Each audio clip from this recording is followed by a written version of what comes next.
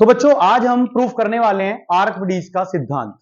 Class 8 का chapter number 11 में बहुत ही इंपॉर्टेंट टॉपिक है ये। आपकी 9 और 11 क्लास में जब आप जाओगे वहां पर भी आपको पढ़ना पड़ेगा। और आर्किमिडीज का सिद्धांत कहता है कि जब भी किसी वस्तु को किसी द्रव के अंदर पूरी तरीके से डुबोया जाता है तो वो वस्तु क्या हो जाती है, हल्की प्रतीत होती है, यानी कि उसके भार में कमी प्रतीत होती है। और भार में यह जो कमी होती है वस्तु द्वारा हटाए गए द्रव के भार के बराबर होती है। लिखी हुई लैंग्वेज शायद ज्यादा समझ ना आए आज, इसलिए इसको हम प्रूफ करके देखते हैं। तो हमारे पास एक स्केल, इससे हमने एक पत्थर को बांधा हुआ एक धागे की मदद से, और इसका वजन देखते हैं हम कितना वजन है। देखिए जरा ध्यान से, लगभग 60 ग्राम के आसपास, 60 या 65 ग्राम के आसपास इसका वजन लगभग आ रहा है।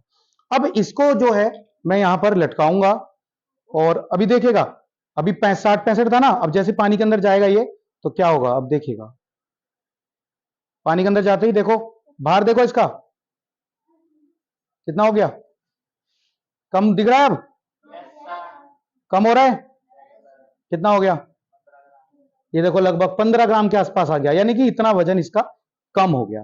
ठीक है, अब हमने ये इसको इसके नीचे लटकाया हुआ है, अगर मैं इसको बाहर निकालता हूं अब, यानी कि कितना वजन कम हुआ भाई, कितना, 35 ग्राम इसका वजन लगभग कम हुआ।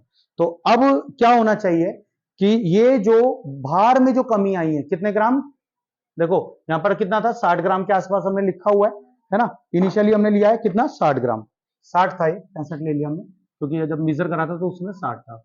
और पत्थर के भार में कितनी कमी आई, कितनी आई कमी, जितना पहले था और अब कितना आया, 20 ग्राम।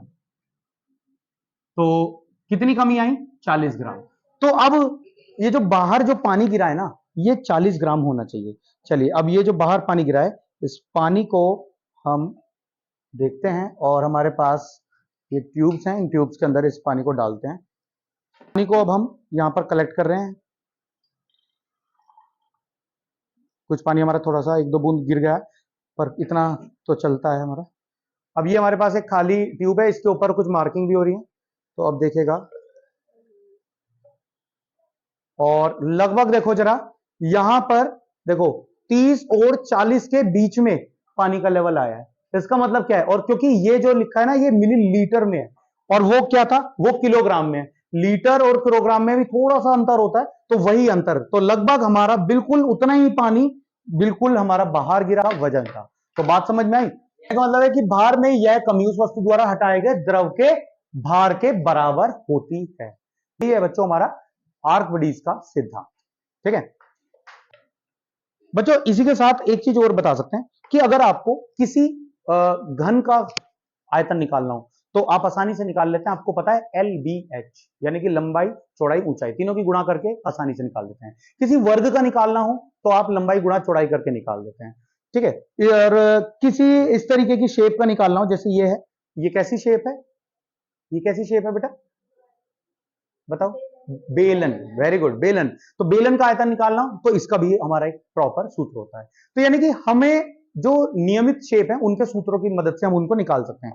पर अगर हमें इस पत्थर का आयतन निकालना हो तो हम कैसे निकालेंगे, हम इस पत्थर का आयतन निकालने का तो कोई सूत्र है नहीं, तो हम क्या करेंगे, इसके द्वारा जो जल विस्थापित हुआ था, अभी आपने देखा था ना, कुछ जल निकाल दिया था, उस जल का जो आयतन होगा, यानी कि ये इतना जो जल है, इस जल का जो आयतन होगा वही इस पत्थर का आयतन है। बात समझ में आई।